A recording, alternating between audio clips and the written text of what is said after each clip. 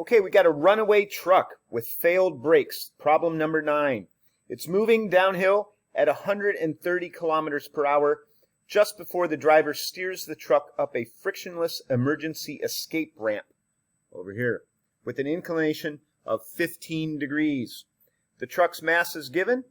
What minimum length must the ramp have if the truck is to momentarily stop along it? Okay, so we're going to use conservation of energy. When the truck is down here, it's going to have some kinetic energy associated with its mass and its speed.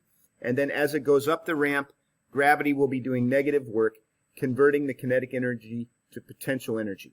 So let's first figure out how much kinetic energy does the truck have.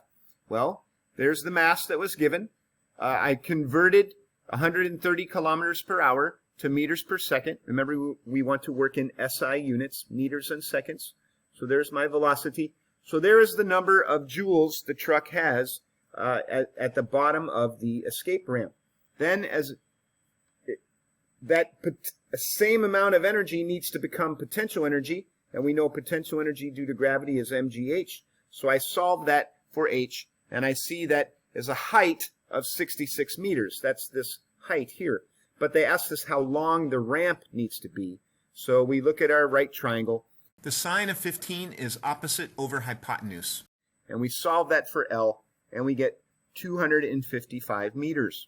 Then they ask us, does the minimum length L increase, decrease, or remain the same if the truck's mass is decreased and if the speed is decreased?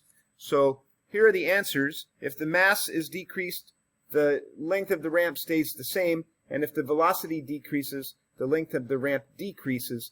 And if you solve it this way, that is not apparently obvious. So let me show you a way that I like to solve these conservation of energy problems, and I think it's a good idea to use this method. You pick any 2 points in the motion of the truck, the beginning, the end, you decide where that is. And the sum of the kinetic and the potential at the first time point is the same as the sum of the kinetic and the potential at some other time point. Okay, this is conservation of energy. The total amount of mechanical energy doesn't change in the absence of non-conservative forces. So at the beginning, the truck is at the bottom. So if that's my reference point, there is no potential energy. And then when he gets up to the top of the ramp, that's where he stops moving. No kinetic energy.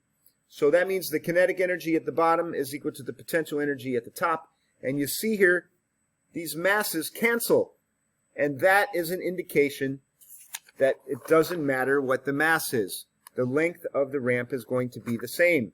And now, when I solve this, the height that the truck goes to, 66 meters, the same number that I got before, is not dependent on the mass. You see, mass is not in the equation. So that tells me that changing the mass won't matter. Changing the velocity will, though. Here, the velocity affects how high it goes. So if the velocity gets smaller, the height gets smaller, and if the height gets smaller, the length of the ramp gets less.